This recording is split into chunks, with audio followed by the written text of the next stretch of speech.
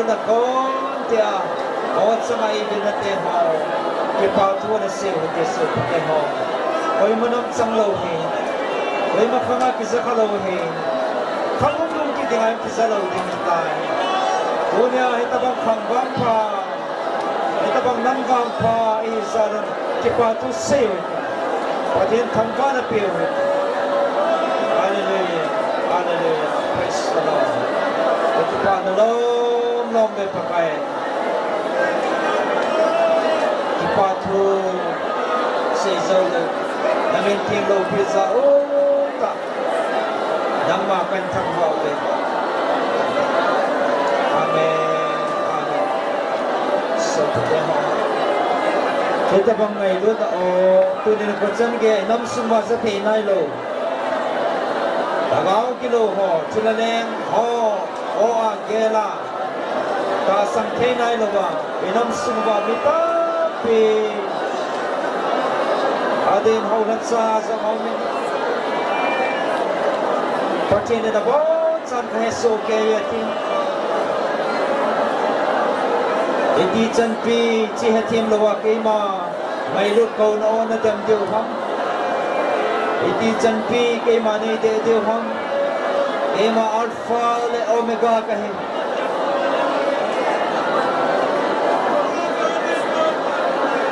Mun san chung nung pina kisel zong na chan zam zong na chan kay ma ka umin. Mun ay nung pina kisel zong na chan Kema kaume munzau se pakai ang sumi so piteho za kai sim tu patine dunia o izau da dunia chutsang izau ni patina ko ne daire ha mailu na aman eko wa evil now ko so piteho dunia he je tiam ti nai lo ho ana tau piu te so piteho Patien ko na tasang tinay na ho. Mayroon na kan patien ko matao piuti. Patien mayroon na ano ho piuti. Mayroon na natao piuti. Tasang kibetsa na ehetim chanwa. Igalo le ilo rin na diyo ipatrin na diyo matsal din nai di kami. Hallelujah.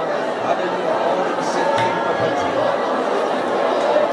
Kailo na siya pinay kailo papa at sa atin ay nung sinalaman ng namday ng sa atin ay sali na mintikan tambagin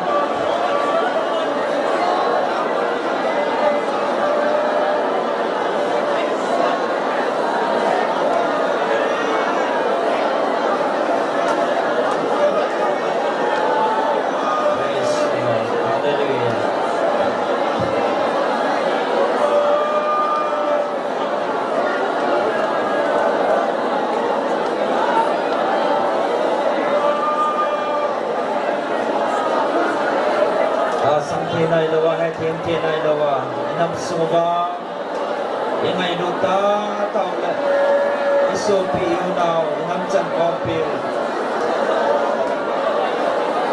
iso piten ho lugin tan tao piu iso piten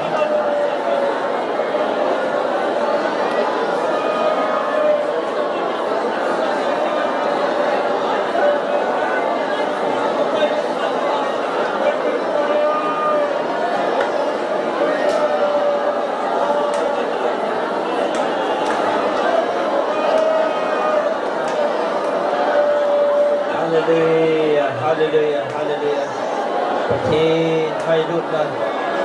Patin may lut kam sa evil now. Walau pi.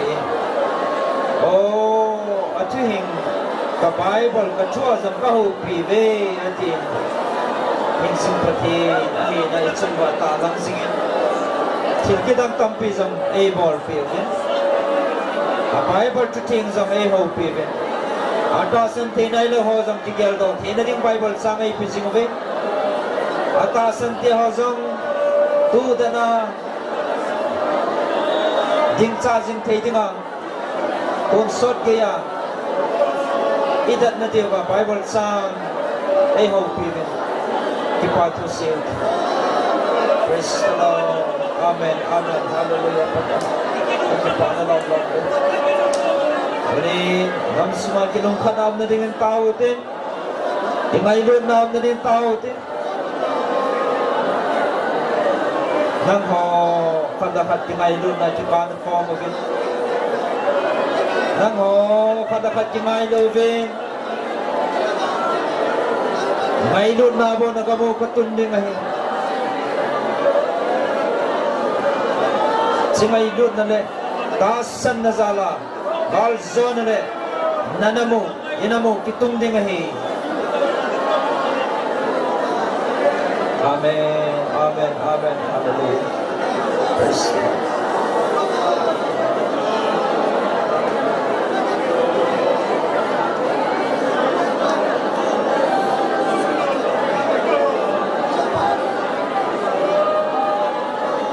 Patinin tunin na mutsan gain pat pai pinalay ve so pete ho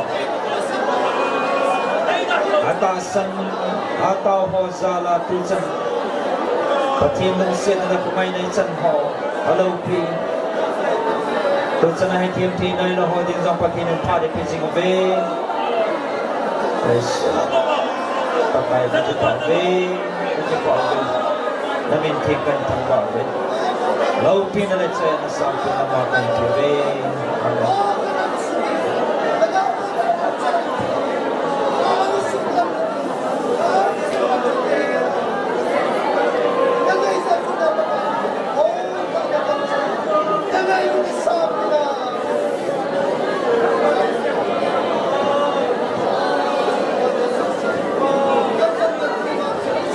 Hallelujah. Pagkay low pipen. Batsay ding alom thangwa ding alom kapatino.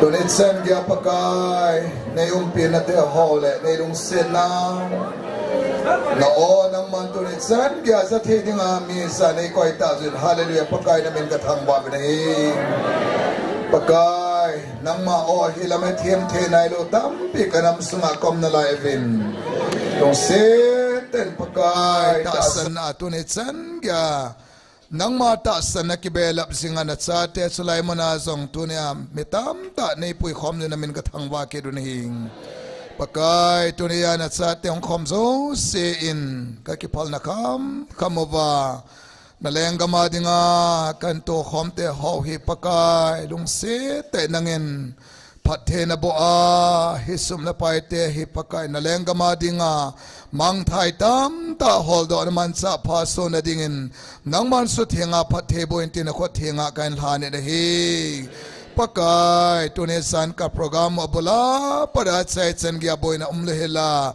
damsel sa parot sa ki khen the na nei ko jina min ka thangwa bin hi lopi na pa sa na chai na zo sinang mahong sengen lang zine ko thai ni ko zo nang man na cha te nei pui khom ta wen ti a kong khen ding kon va nang ma phat the bo na to ka bon sa va ka en mun se nei pui hong ta wen tin thangwa pum pumen hu hing pu se sum nen ka taw bin he amen ban san mang pataw te gari len hintol ho le gari ne ho ai the le anu khan pangotin keng lama chi ho kenga chi ho masal sautin kinolo ben chiute ji chu lampi ang nevin mi pi tam levin ai the le gari len hintol ho pot nai po triutin gari neo chu ai le kenga chi ho masal sautin aban le gari neo aban le alien chiute pathenin tunila inakolwa ibon chavin izavin chilai muna hi August 31 apana pathin hinga nisi ataw na ki mangjing hin tunila hung ho ibon chawa pathinin chilai muna taw na mai kong chilai muna imit liu senga pathin hinga taw ding ama ko ma thum dinga ai dewe hin lung se te injing ni ko apana silay mo na tao na humpang dingin ahong kalawlay ho ikiti mo vin ni siya silay mo na tao na kimangjing hin nung sete ni bon chavin pathin nga tao ding ama ko mathum dingin silay mo na hung dingin ni avel ven tip na kan neve